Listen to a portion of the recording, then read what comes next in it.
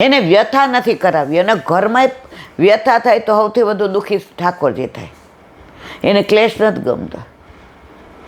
બરાબર છોડ દીધો. હવે બેટા તારા હાથે પાણી ને બધું મૂક ને. તેલવાળું તો તું કરજો, મારા હાથ મુઠિયાવાળા છે, વાળવા તો આપણે, એટલે હું મારા હાથ જો લોટવાળા જ વાળ દઉં, તેલવાળું કરી દે. હા બા તમે વાળી દો ને. મુઠિયા વાળીને મૂકી દીધા. હાથ ધોઈને ઠાકોરજીને થેન્ક યુ કીધું. મારા વાલા આજે બધાય મુઠિયાના વખાણ કરે. તને આરોગાવું ને ત્યારે મને ખબર પડે કેવા છે. પછી આવીને ઠાકોરજીની યારે વાતો ને કીર્તન. હવે બેટા તારી રીતે જોજો, એ ચડવાની તને ખબર પડે, મને નહીં પડે. હવે અમારી ઉંમર થઈ અને થોડા વઘારજે ને થોડા કાચા. તે દી એવું જ કર્યું હતું ને, એવું કરજે. વસ્તુ એની એ જ છે. એમને સીધું કંઈ સેનભોગમાં થોડા મુઠિયા બનાવજે. મમ્મી આજે ટાઈમ નથી, મારા છોકરાને તેડવા જવાનો છે. જુઓ, પ્રભુએ આરોગ્ય અને બધાએ પ્રસાદ લીધો. હા તો હા મમ્મી મુઠિયા. અરે તારી વહુ ન હોય તો આવા મુઠિયા ન થાય બટા. ઓલી દૂધી જાડી છીનીએ ને મોઢામાં આવે, ઠાકોરજીને આવે ને આપણને આવે. પણ આમ ધીરજ એટલી છે ને, જો વિવેક ધીરજ આવી, આ તારી વહુને ધીરજ એટલી છે. એવું ધીરે ધીરે છીરું ને કે જો તને ખબર પડે દૂધીના છે. અને વઘાઈ રહ્યા એણે બોલ. મારા હાથે રાઈ જીરું કોક દી વધુ ઓછું થાય ને તો ઠાકોરજીને તેવું ના ગમે ને. જો કેવા વઘાયરા છે, એના હાથ કોવળ, એ નાની, એટલે ઠાકોરજીને એના હાથનું કેવું ભાવ. બધું કર્યું હોય સાસુએ, મસાલોય કર્યો હોય ને દહીં એણે જ નાખ્યું હોય ને બધું કર્યું હોય, પણ જસ દીધો કોને? આ વિવેક ધૈર્ય એનો આશ્રય દ્રઢ થાય કે ન થાય. પછી બીજી વાર કોક આવ્યું હોય વૈષ્ણવ ને આપણે કહીએ બેટા થોડા પૌવા બનાવવા છે, ઠાકોરજીને અટકીમાં ધરાવીને વૈષ્ણવને લેવડાવવા છે, તારા અનુકૂળતા છે, એમ કેવું જ નહીં. થોડા પૌવા બનાવજે તો ના. વિવેક, ધૈર્ય અને આશ્રય. પછી એના હાથમાં ઠાકોરજી આવે ને ત્યારે એવી જ રાજી થઈને સેનભોગમાં, મમ્મી કેવું સેનભોગમાં અટકીમાં કાંઈક ને કાંઈક બનાવે એટલે હુંય બનાવું. પૂજાના બનાવે અને સોજીના રવાના ઢોકળાય બનાવે અને ઢોસોય બનાવી દે. કેમ? વિવેક. આ બધું શીખ્યા છીએ અમે ભગવદીઓ પાસેથી ને. વસ્તુ એની એ જ છે, પણ પ્રભુને આ વાણીનો આનંદ આવે અને આપણી વહુને આનંદ આવે કે મમ્મી કોઈ દી મને આમ ઊંચી અવાજે નથી કહેતા. આ વાણીનો વિવેક, વર્તનનો વિવેક. પછી એનો ભાવ વધે ઘટે? વધે ને. તો આવું તો આ ભગવદીઓની સાથે તમે રહ્યો ને, તમને બધી રીતની વ્યથા જાય અને કથા આવે. આ જ વસ્તુ તમે વડચકું તોડી નહીં. છોકરાને 5 મિનિટ પછી તેડવા જાજે, મૂકી જ જા મુઠિયા. ઓલી કે આવીને મૂકો છું, લો હું કરી લો તમે. તો ભગવદીઓનો સંગ થાય ને, પણ આવા પાછા વંચક નહીં. ભગવદીઓના સંગમાં એટલે જ વલ્લભે કહ્યું છે નિવેદનમ તું સ્મર્તવ્યમ સર્વથા તાદ્રસય જના. તો અહીંયા ઘણાય આવે તો આવી વાતોય કરીને જાય આપણી યારે. મારી બા એમ કહેતી, ગામડામાં રહેતી ને, પોદળો પડે ને તો ચપટી ધૂળ લઈને જ ઉથલે. એના ધૂળ આવે ને આવે. તો ભગવતીઓનો સંગ તમને થાય ને તો થોડું તમારામાં આવે ને આવે છે. આજે મને કોઈએ 30 વર્ષ પહેલાં જોયું હોય, કોઈ માને જ નહીં કે આઈલાબેન છે. ઓફિસમાં એટલી સ્ટ્રિક, ગમે એને કહી દઉં, ગેટ આઉટ. એ જીલાબેનમાં દીનતા ક્યાંથી આવી? વલ્લભની કૃપા અને ભગવદીઓનો સંગ. એણે સમજણ પાડી. ઓલા બા તમને ખબર છે મને, ઓલા નારણપુરા વાળા બા કેવું શીખવાડતા બધું. વાણીનો વિવેક એમણે જ શીખવાડ્યો છે. ઈલા 1 ને 2 3 થાય, અને 2 ને 1 3 થાય. જેની વાણીમાં વિવેક ન હોય ને એ 2 ને 1 3 કરે, અને વાણીમાં વિવેક હોય ને 1 ને 2 3 કરે. વહુ આવે ને ત્યારે પેલા એને ખવડાવજે, પછી તું ખાજે. નવી વસ્તુ લે ને પેલા એને પહેરાવજે, પછી તું પહેરજે. વહુ આવી હોય ત્યારે આપણે નાના હોય એટલે આપણને પહેરવાની બળતરા હોય ને બધું.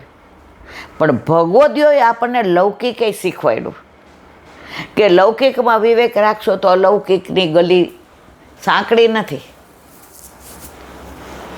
તો મારા વાલા, ઘરમાં ઠાકોરજી હોય, વૈષ્ણવનો સંગ હોય, વલ્લભની કૃપા હોય, યમુનાજીની મેર હોય, ગિરિરાજ બાવાના ચરણ હોય માથે, પછી શું જોઈએ છે? પણ આ બધું ક્યારે? આપણા ઘરે ઠાકોરજી બિરાજતા હોય ત્યારે. બોલો વલ્લભાધીશ કી.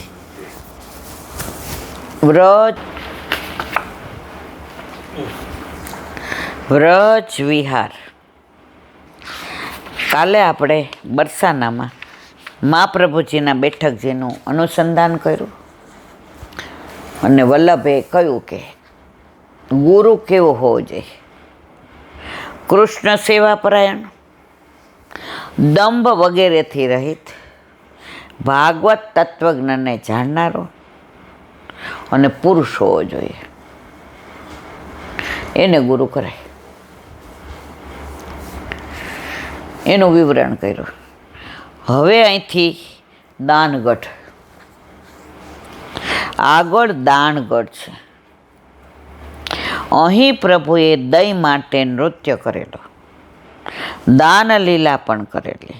અહીં દાન બિહારીજી મંદિર, દાન ગંગા કુંડ, રાસ ચોતરા અને હિંડોળા સ્થાન પણ છે. આપણે જઈએ છીએ એટલે આપણે, તમે જોયું છે કેટલો મોટો હિંડોળો છે, અને હિંડોળાના સમયમાં ત્યાં એ બધી લીલા થાય છે. એ મુખ્યજી એવું કહેતા હતા કે આખા વ્રજમાં ઠાકોરજીએ દાન માગ્યું છે, અહીંયા ગોપીઓને આપ્યું છે. અંદર દાન બિહારીજીનું મંદિર છે, આપણે દર્શન કર્યા છે ને. હવે તો વલ્લભે કૃપા કરી, જ્યાં હોય ત્યાં સાથે જઈએ. 2018 સુધી બધે એકલી જાતી હતી અને તમે જવા દેતા હતા. વલ્લભે એવી કૃપા કરી, 2012માં તમે આવ્યા પરિક્રમામાં, 18માં આવ્યા. અને હવે તો મારો વાલો કહે છે પ્રેસ બંધ કરી દીધો. બહોત નાચ્યો ગોપાલ. સંસારમાં બહુ નાચ્યા, સુરદાસજી કહે છે. હવે ઠાકોરજી માટે નાચો. દુનિયા માટે તો બહુ નાચ્યા. અહીંયા જાઉં ને અહીંયા જાઉં ને, આમ કરો ને, પૈસો મારો પરમેશ્વર ને હું પૈસાનો દાસ. નો ડાઉટ ત્યારે તકલીફે બહુ હતી, વેઠું બહુ. પણ આજે 2018થી તમે છોડી દીધું, પછી જે આનંદ લઈએ છે, જે ભેગો લઈ જવાનો છે, 2018 સુધી જે કર્યું એ ભેગું નથી લઈ જવાનું. એ બધું અહીં મૂકીને જ. પણ સમજ્યા ત્યાંથી સવાર. એક વૈષ્ણવે 67 વર્ષે ઠાકોરજી પુષ્ટ કરાવ્યા, એટલે થોડાક ઢીલા થઈ ગયા. મને કહેલા બેન અત્યાર સુધીનું અમારું બધું ગયું ને.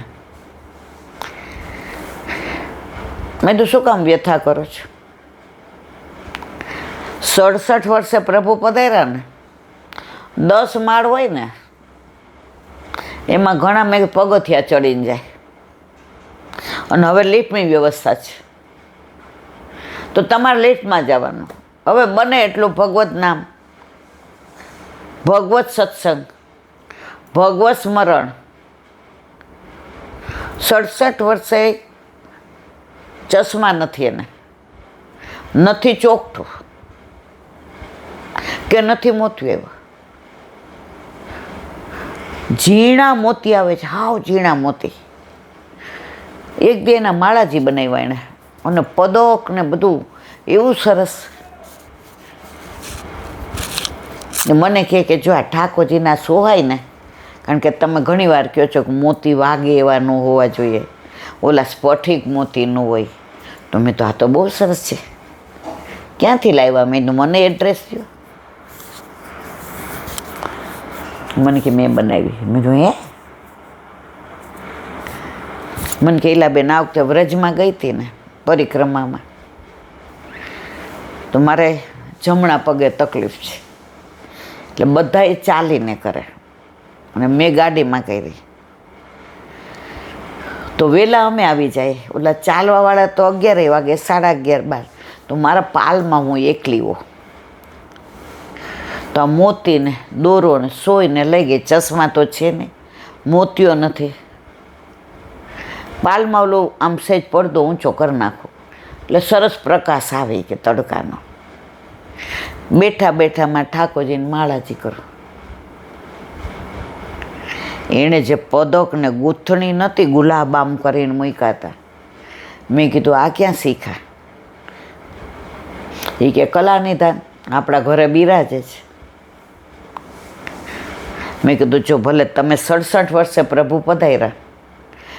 એ કે હવે મને કોઈ, કારણ કે જો ત્યાં બેસો ને બહાર એટલે ઘરની જ વાતો થાય, અને એક જણ એક પ્રશ્ન છેડે ને કે મારી વહુ આમ, પછી જે બધાને મજા આવે. એટલે મેં અહીંયા એવો નિયમ લીધો છે કે જ્યાં લૌકિક થતું હોય ને ત્યાંથી ઉઠી જવું. મારે બોલવું નહીં ને બીજાનું સાંભળવાનું નહીં. એટલે ઘણી વાર કે ઓલા ગાડીમાં આવે ને એ બધા આવે, ત્યાં બધાને યાર બેતા હો તો માસી એકલા અહીં બેસો છે. એટલે કે હું એમ કહું મારે આડું પડવા જોઈએ છે. એ કે હા તમારા પગની તકલીફ ને.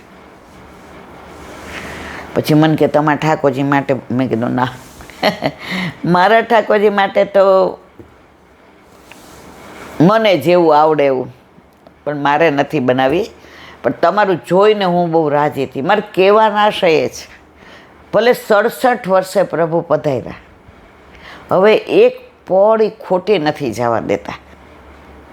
તારી એક પલ જાય લાખની, તું તો માળા રે જપી લે મારા શ્યામની. સમજીએ છે. આજે જ મેં વાંચ્યું એ કે શ્રી કૃષ્ણ શરણમમાં હોઠ હલે, મોઢામાંથી બોલે, એટલે બીજાને ખબર પડે કે આપણે જાપ કરીએ છીએ. હવે બીજાને ખબર નથી પડવા દેવી, હોઠ નથી હલાવવા, અંદર જપો. હવે હું અહીંયા બેઠી છું, અંદર બોલું તમને ખબર નથી, તમને તેટલી જ ખબર છે હું તમારી સામે બેઠી છું. તમે લૌકિક વાતો કરતા હોય એટલે મારે હસવાનું, પણ મનમાં કયો જાપ ચાલે છે? શ્રી કૃષ્ણ શરણમમાં. તો વલ્લભ કે છે એક ક્ષણ પણ રાયનો દાણો ગાયના સિંગ પર રહે ને એટલી વાર પણ જો તમે ભગવત નામ ભૂલો તો આસુરાવેશ આવી જાય.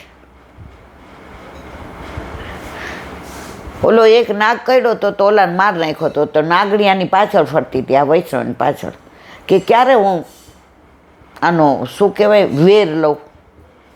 ઓલાના મૌનમાં સતત શ્રી કૃષ્ણ શરણમાં, શ્રી કૃષ્ણ શરણમાં, શ્રી કૃષ્ણ. ઓલી પાછળ ફરે પણ મોઢામાં નામ કોના? ઓલા વૈષ્ણવના, નાગણીના નહીં. હવે એને હામું જ ન જઈ શકે, એ નીકળે તો રસ્તો આપી દે, કારણ ના મોઢામાં શ્રી કૃષ્ણ. હવે એકવાર સામેથી એને હગાવતા હતા, જય શ્રી કૃષ્ણ કર્યા ને ઓલાએ પૂછ્યું ભાઈને કેવું છે? એ કે હવે સારું છે. એટલી વાર ભગવત નામ ગયું, ઓલી એ ડંખ મારી દીધો. સતત ભગવત સ્મરણ, શ્રી કૃષ્ણ શરણમમાં. અહીંયાથી હું બોલું બધાનું લાગે ઈલાબેન લેતા, ના મારા વાલા હું એ જ છું, તમારા જેવી છું. હજી મારામાં કોઈ ભગવત પેલું છે જ નહીં, પણ મારા વલ્લભની કૃપા છે.